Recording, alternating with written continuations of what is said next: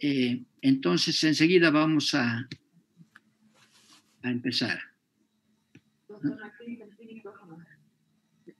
No sé qué pasa, estoy...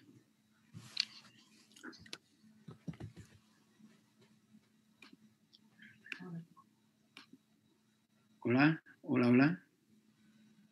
¿No? ¿Estoy con micrófono? Bien.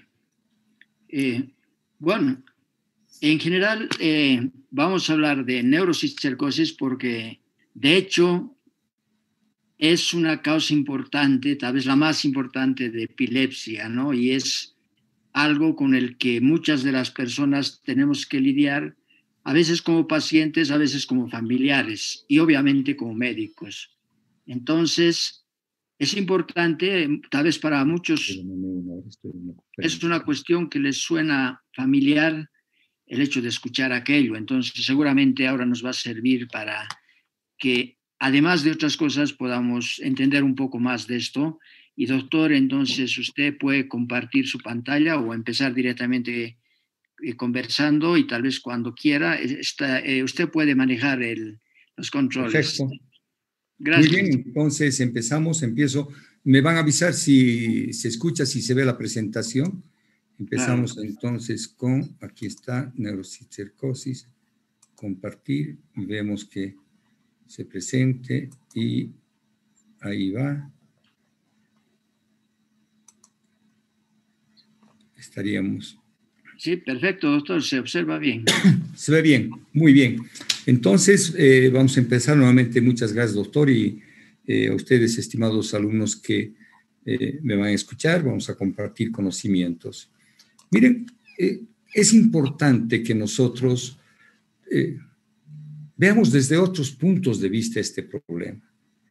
Si nosotros observamos, podemos ver la primera frase, la cisticercosis del sistema nervioso central, y atiendan, es la más importante de las enfermedades neurológicas humanas de origen parasitario, la más importante. Lastimosamente sigue siendo una causa de morbilidad y mortalidad, y este término lo he mantenido inaceptable en nuestras áreas. Y esta otra que está en amarillo es un problema emergente de salud pública, ojo, en países de altos ingresos, y es una de las principales causas en nuestro país de epilepsia y que tiene graves consecuencias sociales. Sí, hay discriminación, físicas no tiene la misma capacidad y psicológicas, por eso la persona se siente discriminada. Como es una patología de tercer mundo, no tenemos una prevalencia con la cual podamos contar. Seguimos con esta parte de epidemiología porque es fundamental. Es endémica en estas áreas que se mencionan y afecta a más de 50 millones de personas por año. Es una cifra espantosa. Y es causa de 50,000 muertes anuales a nivel mundial. Y recalcamos, es la principal causa de epilepsia de inicio tardío en países en vías de desarrollo como el nuestro. Sigue siendo un problema de importancia de salud pública en nuestros países que somos endémicos y en aquellos que poseen una alta tasa de inmigración. Miren, se ha vuelto un problema para ellos, por ejemplo, Europa, Estados Unidos, por esta migración que van desde los países endémicos con esta enfermedad. Mucha morbilidad por las secuelas neurológicas que deja y las neuropsiquiátricas predominantemente. ¿Y qué nos hace endémicos? Este punto, crianza de ganado porcino, mala eliminación de excretas, malos hábitos de higiene personal y ambiental y manipulación de carne contaminada. Estos elementos entonces hacen que nosotros tomemos muy en cuenta a esta enfermedad. Y esa es nuestra realidad. Es nuestra realidad. Y es una foto, si ustedes ven, de Achacachi, que está a unos metros del matadero. Estos ríos son de nuestro altiplano. Pues es un problema nuestro, no es una invención. Vamos a pasear y ahora es una vergüenza cuando vamos de paseo a Copacabana. todas las orillas del camino están llenos de basura. Bueno, pero es otro problema. Bien, con esta introducción de la importancia que significa para nosotros el conocer esta enfermedad, vamos a manifestar que hay una clínica caracterizada por dos síntomas clásicos fundamentales que casi corresponden al 100%. Epilepsia, hasta un 65%, dolor de cabeza muy intenso, 40%, y en menor proporción estos otros problemas que son más urgentes o de mayor emergencia médica, como la hipertensión endocraneal, o sea, el aumento de la presión dentro del cráneo, la hidrocefalia, que significa crecimiento de los ventrículos por aumento del líquido cefalosaquilo y por obstrucción de los acueductos que ustedes conocen, y puede haber signos focales dependiendo dónde se localiza el parásito. Bien, comprendemos las manifestaciones clínicas, pero debemos tener una metodología de poder encaminar a esta enfermedad. ¿Y cómo vamos a hacer? Utilizando criterios. No se preocupen en comprender o en ver este criterio. Esta tabla son los criterios dados por el doctor Del Bruto, un ecuatoriano muy bueno, pero ya el 2001, o sea, ya tenemos 20 años de antigüedad. Tiene muchos problemas prácticos en la práctica clínica. Y entonces, el 2016, nos reunimos, y acá está mi nombre, Juan Carlos Durán, bueno, les presento, nos reunimos un grupo de expertos para poder proponer nuevos criterios que sean más fáciles para manejar. Y fue publicado en el Annals de Neurología con este título, Nuevos Criterios Diagnósticos para la Neurocisticercosis. ¿Y en qué consiste? No vamos a explicar esto en profundidad, pero nos permite poder definir si lo que vemos es una neurocisticercosis primero parenquimatosa y si es definida. Y es muy simple esta forma ahora de poder encaminar el diagnóstico en base a estos criterios diagnósticos. Podemos nosotros con estos puntos, por ejemplo, quiste parenquimatoso con diagnóstico patológico. Bien, pero a nuestro alcance, quistes parenquimatosos activos simples o múltiples, con al menos un quiste con Scolex, y podemos ver en la imagen, sí, podemos contar, miren, muchos tienen el Scolex. Bueno, el quiste es el punto, la sombra negra, y el Scolex es ese punto blanco que se encuentra dentro de estos quistes.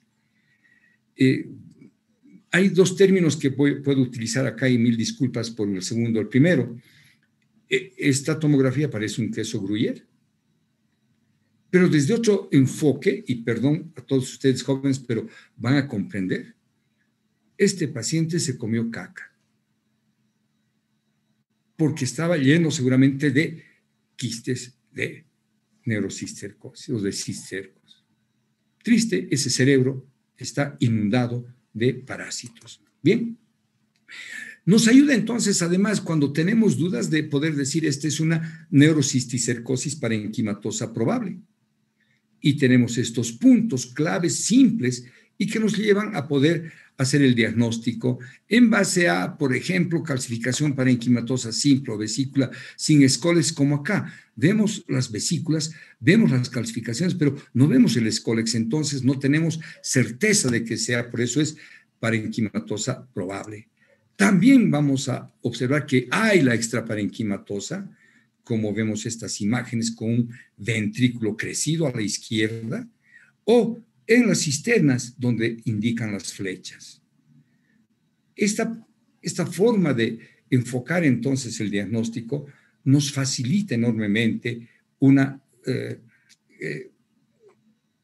medicina basada en la evidencia, que es en la actualidad lo que se exige. Bueno, y vamos a ver que hay una neurocisticercosis parenquimatosa cuando están ubicados en el parénquima. Sin embargo, cuando tenemos nosotros la tomografía, es un poco complicado porque, sí, la imagen de abajo podemos decir casi con certeza de que este quiste está ubicado en el parénquima y donde señala la flecha en otro estadio. Pero en los quistes de arriba no podemos decir con certeza si está en el parénquima o está en el espacio subaracnoideo. Entonces es por eso que se denomina como parenquimatosa cuando está en el parénquima o en el espacio subaracnoideo. Bien. Es extraparenquimatosa y caramba, tienen que ver estas imágenes jóvenes cuando se encuentran, por ejemplo, en las cisternas. La imagen superior de la derecha está plagada de estas manchas negras que son cisticercos. O en la imagen del medio, la cantidad de cisticercos que están acá han obstruido el drenaje, el acueducto de Silvio por una parte, y los agujeros de Lushka y Mayendi, y vean cómo el ventrículo lateral ha crecido enormemente. Y en esta última, en la tercera, podemos apreciar la presencia de este quiste negro del cisticerco dentro de esta cavidad ventricular. Bien. Nos permite, y atiendan caramba con del desarrollo de la tomografía y de la resonancia, hemos podido nosotros establecer cómo evoluciona este parásito. Y en la imagen superior es la forma más joven, podríamos mencionar, que se llama vesicular, que son imágenes redondeadas y está enmarcado, y ahí tenemos el parásito, el Scolex, el punto blanco, dentro de este quiste que es líquido negro.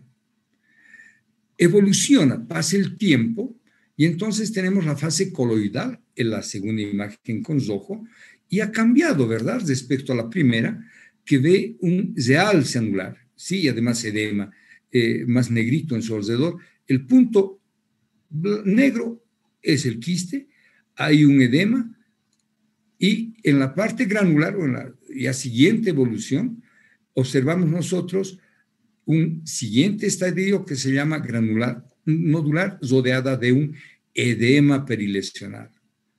Y finalmente ha evolucionado y termina, pues, como todo ser vivo, un cadáver, y nuestro organismo se ha encargado de encapsularlo como restos que tienen una característica calcárea, y por eso se denomina calcificada. Hemos observado cómo evoluciona este quiste o este cisticerco desde un momento viable al inicio hasta que lo vemos ya calcificado. ¿Cuánto tiempo ha pasado? Es muy variable. Pueden pasar meses a años en llegar a esta evolución. No son meses, no son semanas, meses, años, 7 años en llegar a esta evolución. Y bien, para poder entonces, además, como apoyo diagnóstico, tenemos un primer punto que es la neuroimagen, tomografía, resonancia magnética. Tenemos que corroborar si efectivamente este parásito desencadena alguna reacción inmunológica en nuestro organismo. Y bueno, nosotros tenemos la probabilidad de hacer la detección de anticuerpos o antígenos en sangre y en líquido cefalorraquídeo. He puesto en rojo la segunda parte porque me siento avergonzado de que en una época se desarrolló esta técnica y luego desapareció, y nunca nadie, ningún otro laboratorio en todo el país le dio la gana de desarrollar. Y nos sentimos pues así frustrados porque creo que sí somos pobres, pero no podemos llegar a la miseria de no poder establecer esta forma de diagnóstico serológico. Y esta prueba, la que está en rojo, que es Immunoblot, se llama así, es más fiable en suero que en líquido cefalorraquídeo, tiene la posibilidad de detectar anticuerpos contra antígenos más específicos del parásito que la ELISA, y sin embargo, a pesar de ser altamente específico y sensible, hay pacientes que tienen teniasis o cisticercosis, por ejemplo, en músculo estriado, en cardíaco, que van a dar resultados positivos. Bien, el método que tenemos a mano es el método de ELISA.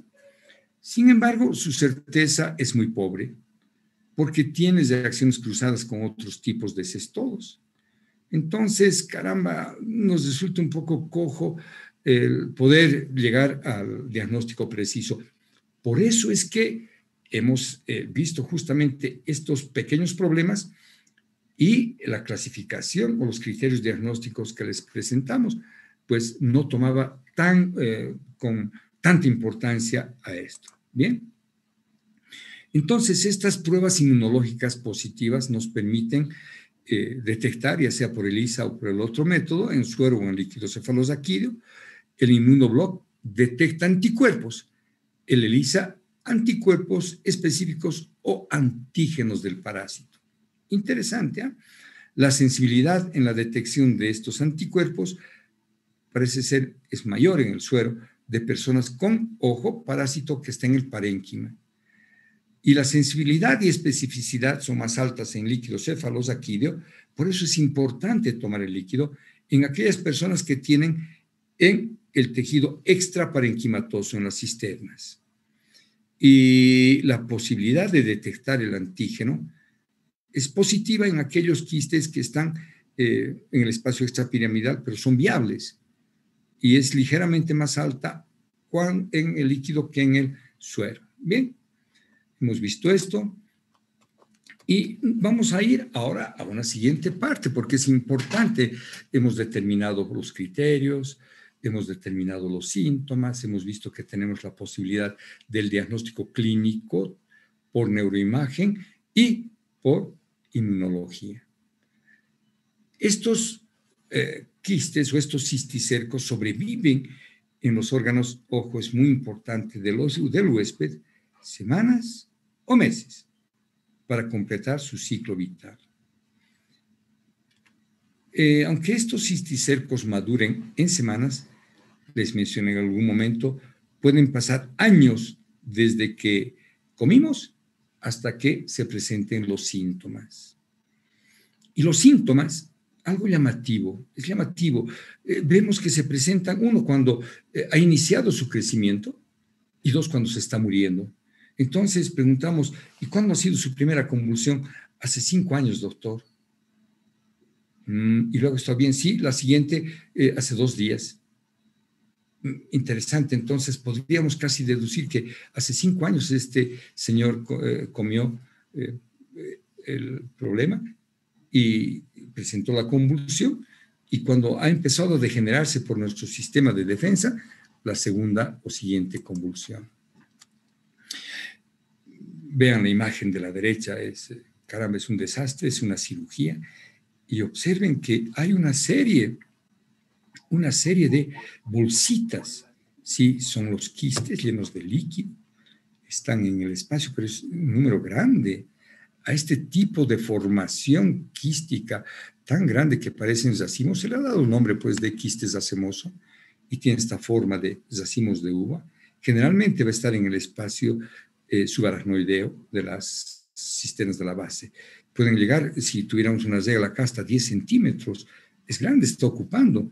Y el segundo tipo es lo que vemos acá, pero ya han sacado el celuloso, se llama así, con forma ovalada, observen, y llega a medir eso, 10 a 20 milímetros. Parece pues 10 milímetros, 1 centímetro, parece una arveja o el tamaño de un poroto. Y podemos ver el escólex, ahí está apuntando un puntito blanco, vemos ahí en la flecha, si aprecian, hay un punto blanco, ese es el escólex que está dentro de este quiste. Caramba, qué desastre. Vean la figura de la izquierda, es una anatomía patológica, y podemos ver quistes en diferentes estadios. Qué vergüenza, podemos contar en un solo corte. Y a la derecha, para que se ilustren un poco más, vemos que hay un cisticerco, vean la flecha, que está en etapa vesicular, una vesícula, ¿no es cierto? Luego, observen que hay una diferencia con la cabeza de flecha. Parece gelatina, ya no es líquido como la primera, y por eso se le da el nombre de fase coloidal. Y cuando ha pasado más tiempo, comienza a degenerarse, ya vemos que es una etapa granular. Aquí, la imagen que está al lado de la estrella. 3 fases, 3 estadios en un mismo paciente. Entonces, hay formas diferentes de crecimiento y de defensa del organismo. Hemos ido demarcando y volvemos a decir que el estadio vesicular es la primera, al inicio, mínima inflamación. Un segundo estadio, meses, tiempo que pasa, se denomina vesicular coloidal, como este, vesicular coloidal, la punta de flecha, y, se caracteriza, ya hay muerte del parásito, ya no está. Entonces, estas células inflamatorias se infiltran y rodean la pared del quiste, ya nuestro organismo entonces se está reaccionando. En la siguiente etapa hay un colapso de la cavidad, hay fibrosis y finalmente ya el organismo lo ha calcificado. Bien, caramba, eso es lo que entra en nuestro cerebro. Observen, son 2-3 centímetros de este quiste en etapa vesicular grande. Y en el cerebro, abajo, podemos ver este punto que estoy remarcando, y este está en el cerebelo. Y a la derecha, en etapa coloidal. Vean, por favor, identifiquen. Visualmente, es más cristalino, podríamos decir, el de la izquierda, y el otro está turbio. Por eso es etapa coloidal. Bien. Esta parte es importante. Ustedes acá se tienen que lucir, jóvenes, el ciclo biológico. Los humanos son los únicos, caramba, huéspedes definitivos, entonces no vamos a culpar al chancho, sino somos nosotros los huéspedes definitivos. En tanto que el cerdo y nosotros también nos convertimos en huéspedes intermediarios, porque en una etapa de su ciclo nosotros los vamos a acoger. Esta tenia está compuesta por, podemos ver la figura de abajo, por una cabeza, sí, la cabeza, con 4 ventosas, 1, 2, 3, 4, ahí está, ganchos, ucha, qué terrible, y un cuerpo formado por proglótides. Aquí está el cuerpo formado por proglótides, son anillos, vean, y esta pues es una hermafrodita y está lleno de huevos. Bien, una vez que ha llegado al intestino delgado, estas larvas se vaginan, el escólex se adhiere a la pared y el cuerpo del parásito comienza a crecer. Una ligera inflamación, esta etapa se llama teniasis.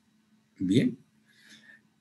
La cisticercosis, vamos a ver figuras posteriormente, se adquiere cuando el hombre ingiere los huevos por alimentos o agua contaminados. Y cuando llegan al torrente sanguíneo, estos huevos se distribuyen por los tejidos del hombre, depositándose en su forma larvada. Bien, el parásito adulto no es llamado cisticerco, habita en el tubo digestivo, adherido a la pared intestinal, y este parásito pues cada día expulsa cualquier cantidad de proglótides y con cientos o miles de huevos eliminándose por las heces. Y acá viene la parte triste. Cuando el cerdo ingiere el huevo, estos atraviesan la pared intestinal, miren qué interesante, y llegan al torrente sanguíneo para finalizar en los tejidos del cerdo, músculo, estriado, cardíaco y en cerebro, y se transforman en larvas cisticercos que son adquiridas por los humanos al ingerir carne de cerdo infestada. Pero creo que esta imagen, bueno, acá les presento en sus diferentes estadios. Lo duro para nosotros es cuando comemos estos huevos. Este es miren qué largo está. Si vemos nosotros, podemos medir 5, 10, 15, 20, 25, 30, oiga, más de 3 metros. A ver, 1, 2, 3, 4,5 metros mide este. Grande, ¿eh? Y acá les presento a ustedes al cerdo hombre. Qué triste. Miren, hemos tenido contacto con estos cocineros. Ahí está, muy feliz el hombre. Y observen la figura. Observen bien cómo este sujeto es un productor de huevos.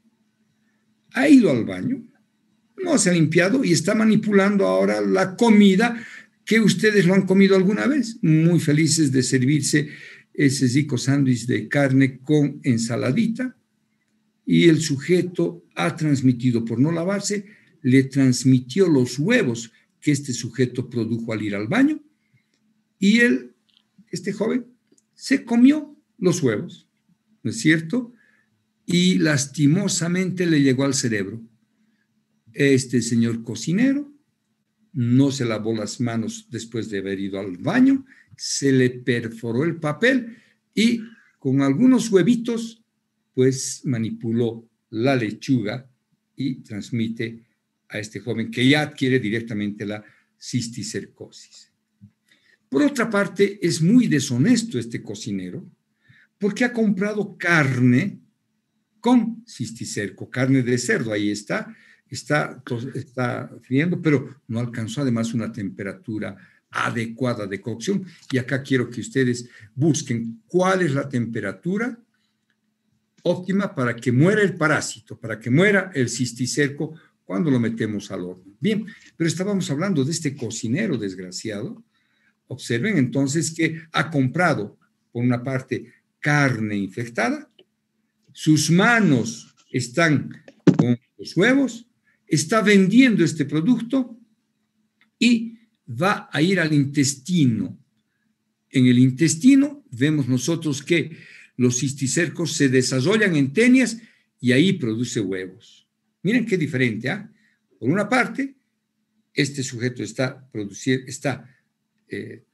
eliminando huevos y contaminando con huevos, y al haber adquirido la carne con cisticercos, pues mal cocido, se va a producir ahí la teniasis. Y entonces pues señor se ha contaminado al haber comido él mismo su carne contaminada, mal cocida, y como además es criador de cerdos él mismo, entonces no tiene ninguna vergüenza en ir al baño, ahí está, al lado de un tronquito, y alimenta a su cerdo, y su cerdo pues se infesta y adquirió la cisticercosis, y este cocinero deshonesto lo faena y vende la carne. Un circuito cesado. Caramba, ¿quién es el culpable? No es el cerdo, es este cocinero cerdo deshonesto que nos vende comida contaminada y carne de cerdo mal cocida y además contaminada con cisticercos. Entonces, con este ciclo que vemos, observamos que la mayor fuente de contaminación es la directa, persona a persona, manipuladores de alimentos, convivencia, cuando les dan la mano, etc. Y no es tanto el medio ambiente. Esta autoinfección vía fecal oral, alguna vez se pensó, pero lastimosamente no se ha visto que los que tienen teniasis tengan neurocisticercosis. Otro ciclo, y ustedes pueden encontrar ciclos bastante interesantes, bonitos, etcétera. Pero ¿qué me interesó de este? Partamos con el punto 1. Este sujeto está produciendo huevos, ¿no es cierto? Está liberando huevos. Estos huevos son proglótides grávidos en heces en el medio ambiente. Entonces lo come el cerdo. En el cerdo, en la carne se convierten en oncósfera, penetran en la pared intestinal, llegan al músculo. Carne de cerdo mal cocida, ingiere el humano y ahí tenemos un ciclo. Por otra parte, este mismo sujeto va a comer, o sea, va a contaminar al producir huevos, contamina a su compañero, ingesta de huevos embrionarios, y van a entrar al intestino, a la circulación y llegan al sistema nervioso. Caramba, es una tristeza. ¿Quién es el culpable? El hombre. ¿A quién contamina? A nuestro amigo cerdo y a nuestros familiares. Es para meditar. Y bueno, algo interesante que va a cambiar radicalmente, espero, es mi sueño, va a cambiar radicalmente la probabilidad de que sigamos siendo un país endémico. Es esta pandemia, porque una de las principales medidas que se ha indicado es lavarse las manos, no darnos la mano. Al lavarnos las manos, ese cocinero ya no tiene opción de contaminarnos. Y he puesto más figuras de niños, porque ellos son los que ya no van a tener. Ellos han aprendido a lavarse las manos. Estos chicos van a cambiar nuestra epidemiología. van a cambiar porque ya son chicos, niños que han aprendido la validez de lavarse bien las manos. Y van a cambiar nuestra epidemiología porque ¿a quién de ustedes no le gusta lo que vemos en la línea de arriba? Una carne de chancho sabrosa. Tenemos 3 platos típicos con cerdo: el chicharrón, el lechón y el fricasé. Nuestra mayor precaución está en la temperatura de cocción. Es importante que esté bien cocido. Y entonces, bueno, es importante, pero más importante es que nosotros vamos a la línea del medio. Consumamos cerdos de granja, cerdos que están siendo alimentados con alimento balanceado, y no consumamos la línea inferior, alimentos que comen nuestros desechos, pues estos cerdos seguro que están contaminados con neurocisticercosis. Y estos cerdos son los que nos van a transmitir. Pero pobres cerdos, ¿quiénes han llevado a que sean enfermos? El hombre. Si hacemos lo del medio, tendremos nosotros la capacidad, o mejor, el deleite de disfrutar esa delicia que se denomina chicharrón, fricasé o lechón. El tratamiento más importante es la prevención. El tratamiento es este. El tratamiento es este. Este tratamiento, lavado de manos, higiene. Este siguiente tratamiento, consumir carne de cerdo de granja, no consumir carne de cerdo criado en los muladares, en los basurales. Va a evitar que tengamos un tratamiento caro. Sí podemos dar fármacos cestocidas para eliminar al parásito, sintomático si tiene convulsiones, dolor de cabeza, o tratamiento quirúrgico cuando ha habido una obliteración, una obstrucción del drenaje del líquido cefalosaquídeo. Desde hace 50 años o más, eso es ser país pobre, eso es ser país dependiente, no vamos a decir pobre, dependiente de la tecnología. Como nuestros países desarrollados, ricos, no tenían este problema, pues no les interesó desarrollar. Y hace 50 años tenemos estas drogas, albendazol y praziquantel. No se desarrolló ninguna más. Y en nuestro medio es difícil conseguir el praziquantel caro. Tenemos el albendazol, sí es efectivo, pero es una pena que pasen tanto tiempo y que como somos países en vía de desarrollo, no tengamos nuevos medicamentos. Pero cuando les afecta a ellos, vean ustedes que es rápido, en 5 o 6 meses desarrollaron una vacuna. Bien, vamos a dar un tratamiento sintomático con antiepilépticos si tiene convulsiones y con analgésicos cuando hay dolor o inflamación. Y la parte más importante, les repito, es el tratamiento preventivo. Medidas sanitarias como las que hemos mencionado para que no tengamos pues que lamentar que ese sujeto que ha adquirido la cisticercosis se volvió discriminado, discapacitado, dependiente. Muy bien, gracias, doctor Martínez, gracias, estimados alumnos. Les presento siempre a nuestro querido hospital, que al igual que no se avanzó en el tratamiento, pues nuestro hospital sigue siendo como en el año 1930. Bien, muchas gracias. Muchísimas gracias, doctor Durán.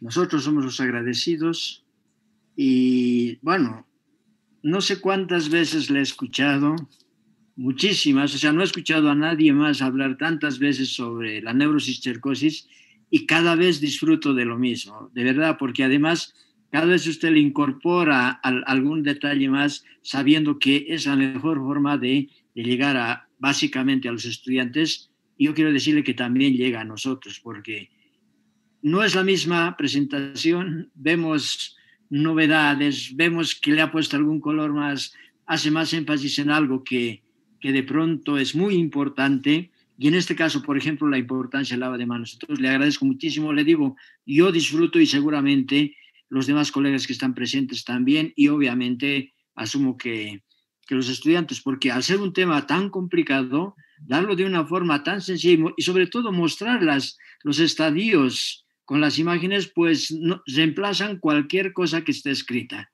Muchas gracias, doctor.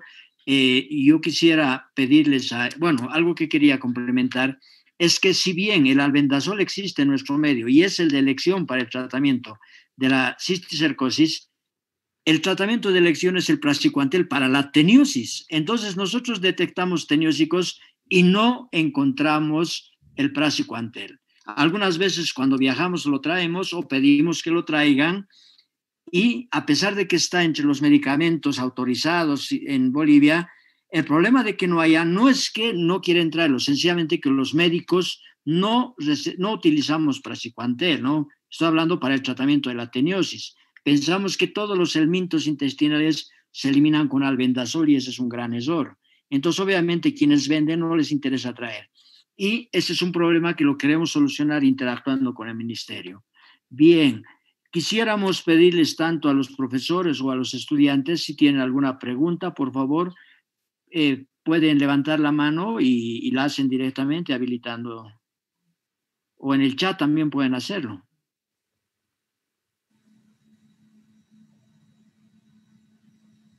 ¿Eh? Sí. Muy bien. Buenas tardes, doctor Durán. Muchas gracias por su exposición. Como dijo el doctor Martínez, yo también me he deleitado de la misma. Soy la doctora Pamela Durán. Ahora estoy sin cámara, no me puede ver, pero muchísimas gracias por su presentación. Tengo una pregunta de un alumno en el chat que dice, Sotelo informa en un artículo que Teniasolium será afectado en temperaturas de menos 5 a menos 15 grados, menos 5, menos 15, menos 24 grados, en periodos de hasta 15 días, y el parásito muere. Es interesante, pero creo que no es una respuesta correcta. Nos interesa no la tenia, porque, bueno, esto sale y va a estar ahí los huevos y pueden, sin embargo, sobreviven mucho más. Pero nuestra pregunta importante ha sido, supongamos que tengo la mala suerte de haber ido a consumir un chanchito y me dieron con cisticerco. Comí. Mi pregunta es, caramba, qué pena, ¿me infesté o no con cisticerco? Si me dicen sí, ¿y por qué? Bueno, porque apenas pues esa parte estaba media rojita y llegó a 80 grados. Pero si otro me dice, no se ha infectado porque ha llegado a 150 grados. Me he inventado, no es esa la temperatura. Entonces, pregunta para ustedes, ¿por qué es importante? Cocinando, ¿cuál es la temperatura a la cual muere ese cisticerco que voy a comer en la carne de cerdo? Ese es el punto. Bien, esa pregunta, buenas noches, en caso de ya haber contraído cisticerco, si está en el cerebro, ay señor, ¿cómo se puede eliminar el parásito? No se elimina, nos toca matarlo. Utilizar un veneno, el albendazol, a dosis específicas. Utilizamos 15 miligramos kilo peso día, o sea, si yo peso 70 kilos, 7 por 5, 35, 7 por 1, 7, 1000 miligramos. El albendazol viene en tabletas de 400 miligramos, entonces voy a tener que tomar 2 tabletas y media día durante 15 días. Estoy consumiendo un veneno para matar a ese parásito. Y por supuesto es asociado a otros medicamentos, ¿no? Que evite la inflamación, que evite la convulsión, que evite el dolor de cabeza. Ese es el punto. Bien, entonces ya saben, y para que se calcifique, varios años. Nuestra población es pobre, le pedimos el EREMEN o el TAC. Ah, qué bonita, esa pregunta me interesa, pero oiga, nunca hay que decir que es pobre. En salud no hay pobreza. Tengo que hacer un sacrificio. tengo que hacer un sacrificio para... mi salud no tiene precio. Bueno, pero vamos a ver, la resonancia es muy cara y sigue siendo el método diagnóstico por excelencia todavía la tomografía. Y solo si tengo dudas voy a hacer con contraste, pero una tomografía es suficiente. Y ahora podemos tener tomografías desde 300 bolivianos a 500, que es el precio más o menos establecido. Bien. ¿Cuánto daño produce la etapa de calcificación? La calcificación puede o no generar síntomas, generalmente ya está aislado y vemos, es llamativo. Vamos a suponer que viene una persona de 50 años que vivía en Achacachi, donde más que todo en batallas, donde hay un gran matadero.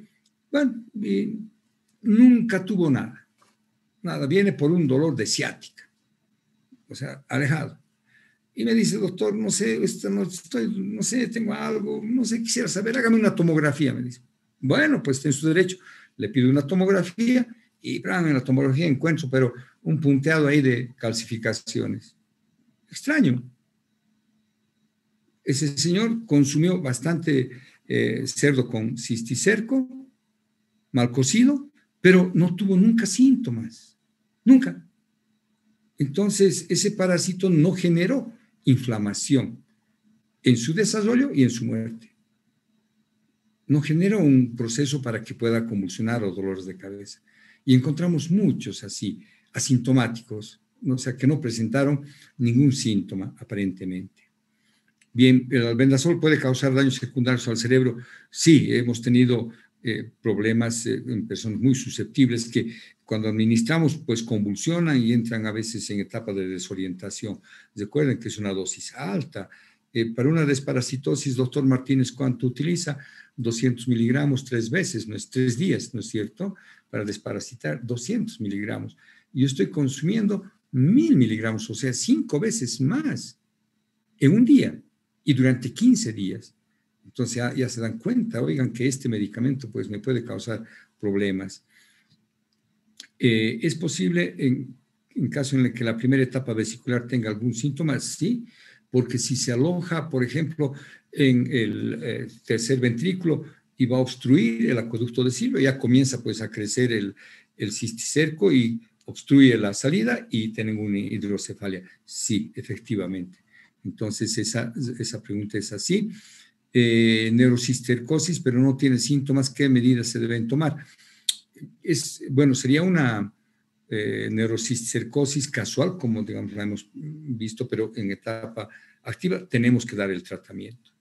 Y algunas veces, si la persona ha estado contaminada, no sabemos cómo, o tal vez todos fueron, y les voy a comentar una anécdota que es para dudar siempre. Fuimos una vez en la cátedra, los colegas era más joven, por supuesto, me dicen, doctor, es su cumpleaños, vamos, le hemos preparado un almuerzo, era una tarde, y me llevaron a un restaurante bastante conocido en ese tiempo, y me gustaba pues el lechón y pido un lechoncito. Y otro se pide un picante, etcétera. Yo me pedí un lechón, y bueno, comienzo a cortar y un poco de lechuguita, y veo un gusanito. Bueno, lo separo un poquito, sigo cortando, veo otro gusanito. Entonces no voy a comer la lechuga, dije. Parto el lechón y era un hervidero de gusanos. Era un hervidero ahí en esa carne, en un buen restaurante. Diablos. Entonces me pregunté qué pasó. Primero me estaban vendiendo una carne pasada, guardada. Segundo, mal guardada porque fue una mosca y la mosca puso sus huevos y bastaron 7 días para que eclosionen, y como solamente la calentaron, pues esos gusanos estaban vivos. Anécdotas. Entonces hay que tener mucha seguridad. El lechoncito hay que comerlo cuando sea fresco y estar seguros. Bien. ¿En qué casos se realiza un proceso o tratamiento quirúrgico? Primordialmente cuando hay obstrucción. No se lo saca, es un poco complicado, hay que sacarlo sin romper, porque cuando se rompe el líquido, se produce reacciones antigénicas muy malas y de muy mal pronóstico. Entonces, cuando es posible sacar ahora con neuroendoscopía, se saca el cisticerco, pero primordialmente colocamos una válvula de descompresión. ¿Por qué se debe acompañar con corticoides? Bueno, es importante por el proceso de inflamación que produce al estar matando al parásito. Entonces se produce un proceso de inflamación, edema, y nosotros con el corticoide eliminamos o disminuimos sustancialmente esos síntomas. ¿Qué causa la carbamazepina en el parásito? Nada. Después, ¿qué más tenemos? Puede ser desertado hacia niños, por supuesto, pero ahí kilopeso, les vuelvo a repetir, y con mucho cuidado. Se aloja en los ventrículos y se acumula el líquido cefalorraquídeo. ¿Es apropiado llamarlo hidrocefalia, como se le denomina? Sí. Si es que produce obstrucción del líquido cefalorraquídeo, es una hidrocefalia. Y la derivación ventrículo-peritoneal es apropiada en todos los casos de acumulación, por supuesto, es el tratamiento de elección. Si no, pues es un cráneo hipertensivo. Bien, creo que hemos consumido todas las preguntas. Sí, doctor. Bueno, justamente en relación a lo que usted decía, cuando nosotros utilizamos el albendazol son 400 miligramos dosis única, entonces poquísimo comparando con lo que se utiliza para neurocistercosis. Por eso es que, de hecho, manejo ser, ¿no?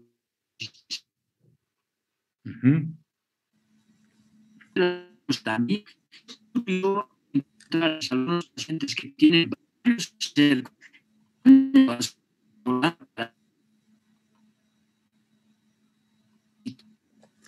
Entonces, ¿qué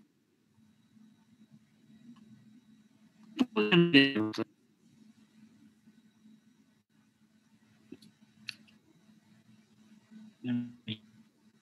Bueno, creo que no logré terminar mi pregunta.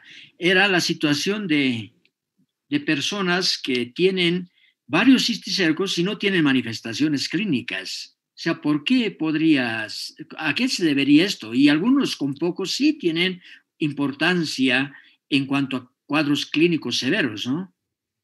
Varias explicaciones. Primero, si el cisticerco se alojó y desarrolla en zonas que llamamos silenciosas, o sea, que no tiene,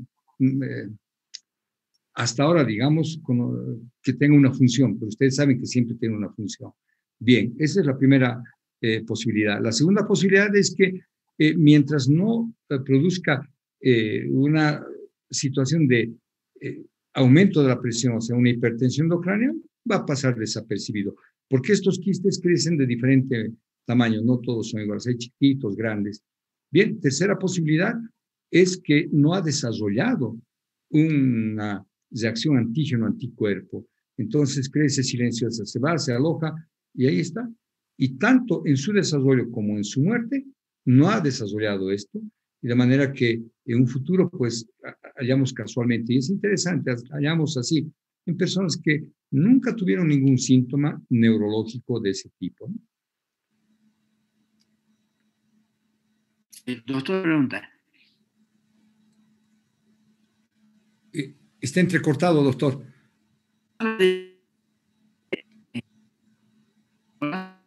No le escucho bien, doctor, está entrecortado.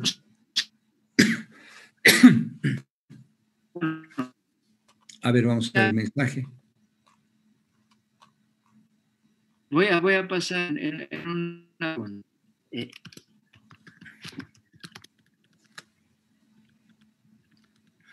Bien, tenemos una pregunta interesante de la doctora Raquel Casillo, perdón. En caso de un mal diagnóstico de neurocistercosis y haber confundido esta patología con otra, ¿cuáles serían los diagnósticos diferenciales para una neurocistercosis? Primordialmente tenemos un problema, un problema de diagnóstico cuando el quiste es único, es un rompecabezas, porque ese quiste único puede corresponder a un absceso, ¿sí? Puede corresponder a un tuberculoma, o cuando aparentemente son más chiquititos, a un problema de triquina que es diferente, ¿no es cierto? Ese es el primer Punto. Cuando es quiste único, es un rompecabezas para nosotros. Segundo, cuando está en el líquido cefalorraquídeo, cuando está en el espacio subaracnoideo, la mayoría de las técnicas que tenemos no tienen la capacidad de hacer un diagnóstico preciso, en especial cuando está en el espacio subaracnoideo, donde el tronco cerebral, ahí es nuestro problema, porque tiene una densidad muy similar al líquido cefalorraquídeo, de manera que no podemos ver ni su membrana. Entonces hay una técnica especial por resonancia, que es técnica Fiesta, depende del aparato, que nos permite poder distinguir, ahí sí. Entonces, distinguir la neurocisticercosis es complejo. ¿Por qué creen que se ha invertido tiempo entre expertos para elaborar criterios diagnósticos? Porque es complicado. No es simplemente, aquí veo 4 vesículas, es cisticercosis. No, es muy complicado para nosotros. Claro, cuando veo el Scolex, bueno, ya ahí no me interesa más. Sí, está ahí, pero cuando establecemos criterios diagnósticos, como en todo, en la fiebre reumática, en lupus, etcétera, significa que es una patología que precisa precisión y hacer un diagnóstico diferencial.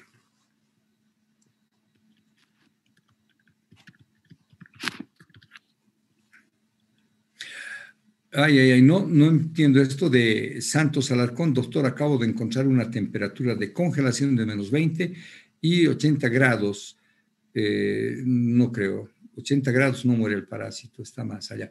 Busquen bien, ¿ah? Ya me olvidé eso yo.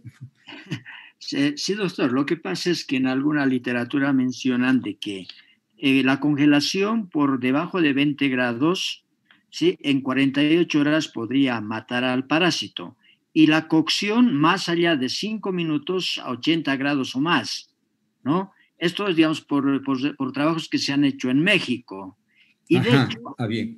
y de hecho aquí también, algunos han estado haciendo estudios justamente yendo a comprar chicharrón de diferentes lugares, ¿no? Y veían si había viabilidad. Ojo, y sí han encontrado. Lamentablemente eso no se publicó. Pero lo que llama la atención en Bolivia es que básicamente, digamos, pensaremos en los platos, en el chicharrón, en el fricasé y el lechón, que son las formas como más se consume la carne de cerdo. Lo que llama la atención es que en el fricasé la cocción es a más largo plazo, pero con menos temperatura, pero eso garantiza que hay una cocción más o menos uniforme que puede matar al parásito.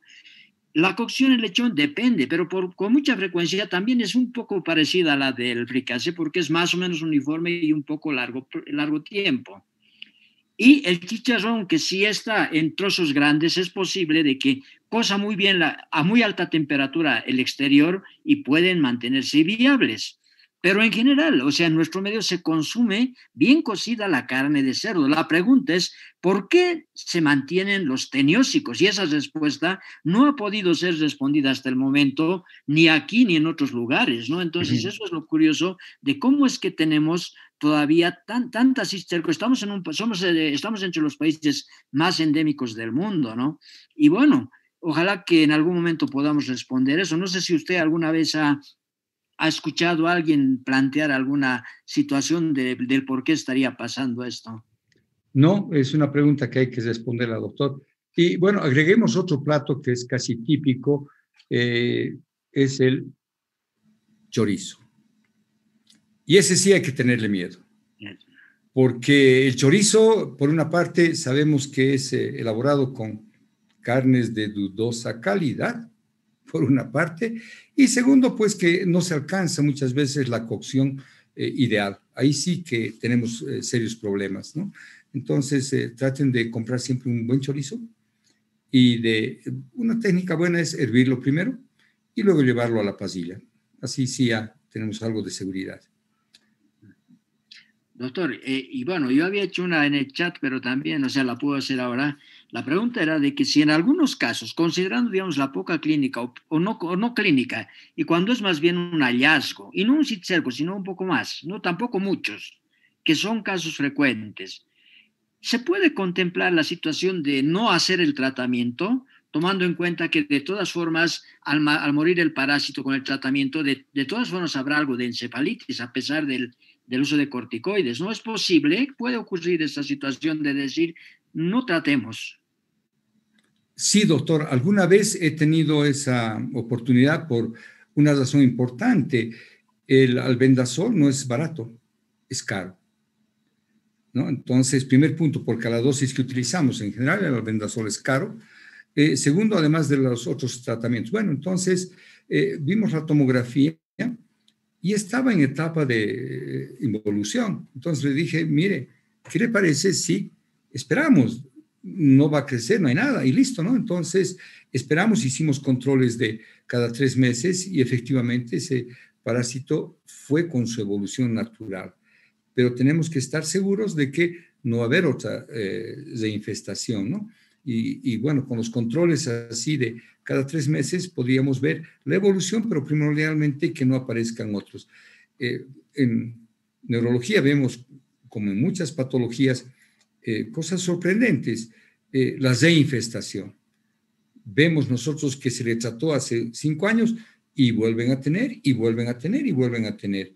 Caramba, esos sujetos pues comieron alimentos muy contaminados y de frecuente contaminación. El doctor Bazagán nos comentaba una anécdota muy interesante de hace mucho tiempo. En Tarija, que él es tarijeño, comían el chancho y les gustaba, ojo, atiendan, y les gustaba a ellos comer y les encantaba lo que crujía al romper, al mascar al cisticerco. Era parte normal, o sea, parecía que en esa época no se tomaba muy en cuenta la importancia de esta patología. Pero ahora ya pues es muy, muy raro encontrar eso, ¿no? Pero era interesante esa anécdota que nos dio el doctor Bazagán, les gustaba el crujido. Y una anécdota que vale la pena comentar, salió publicado en Estados Unidos. Ustedes saben que los judíos y los musulmanes no consumen carne de cerdo. Y bueno, en Nueva York, una familia muy rica, de pronto presentaron convulsiones y los llevaron a hacer un estudio, encontraron cisticercosis. ¡Wow! ¿Cómo? Y toda la familia estaba infestada. Consecuencia, no vamos a nombrar nacionalidad, no es nuestra, pero consecuencia, una migrante latina que fue a trabajar allá tenía la cisticercosis y les contaminó. ¿Y por qué? Porque no le habían enseñado a lavarse las manos. Pobres judíos, pobres, ¿por qué? Porque no consumen carne de cerdo, que es la única forma de transmitirse, y la latina les había transmitido esta enfermedad. Vean, anécdotas muy interesantes. Por eso, creo que vale nuevamente la pena recalcar la necesidad de hacer higiene. Hay una pregunta acá que me gusta mucho. ¿Sabe si hay alguna forma de tratar a los cerdos cuando tienen cisticercosis y este tratamiento puede dar alguna manera de cortar el ciclo? No. Mire, hemos tratado de convencer en alguna oportunidad a los granjeros de que su cerdo vale más cuando no ha sido alimentado con heces que cuando ya tiene cisticercosis. Complicado. Segundo, se han hecho una serie de trabajos de campo donde han aislado a una población. Supongamos, han aislado a Chacachi y a todos les han dado antiparasitarios. Han hecho un control, nadie tenía, listo. Pasó un tiempo y seguía el problema. Y el problema es higiene. ¿Qué pasaba? Antes había más cisticercosis en Alemania, porque ellos tienen la costumbre de comer mucho chancho más que nosotros, y era pues un endémico allá. La Segunda Guerra Mundial cortó costumbres, impuso higiene, volvieron a una población muy limpia, como son ahora, cero cisticercosis. Ese es el único tratamiento, la higiene. No criar cerdos con nuestras heces fecales. Higiene. Mantener a los cerdos aislados en su crianza. No consumir cerdos infestados. Mi madre, por ejemplo, era experta, iba al mercado y sabía cómo hacer el corte y veía, y les tiraba en la cabeza el chancho cuando tenía la cisticercosis, porque ahí se ven como granitos de azosa, ¡pram!, les tiraba en la cabeza y iba a denunciar a la persona. Bueno, muchas gracias. Creo que hemos charlado bastante.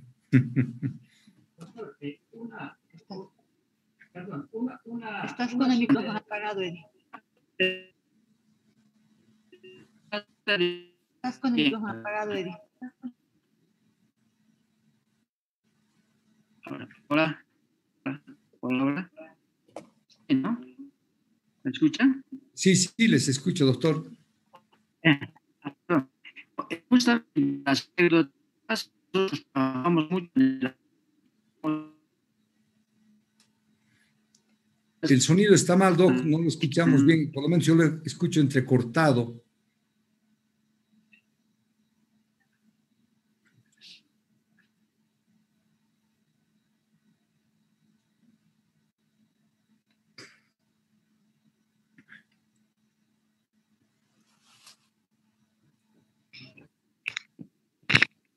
Hola, ahora sí. Ya. Bueno, he tenido que cambiar de computadora. Estamos en el laboratorio y es lamentable aquí la conexión. Estamos en el INSAD. No, la cuestión era de que en el altiplano, en nuestros viajes, cuando trabajamos con estas cosas, la gente conoce al CICER con el nombre de Toncotonco o Toncotonconi.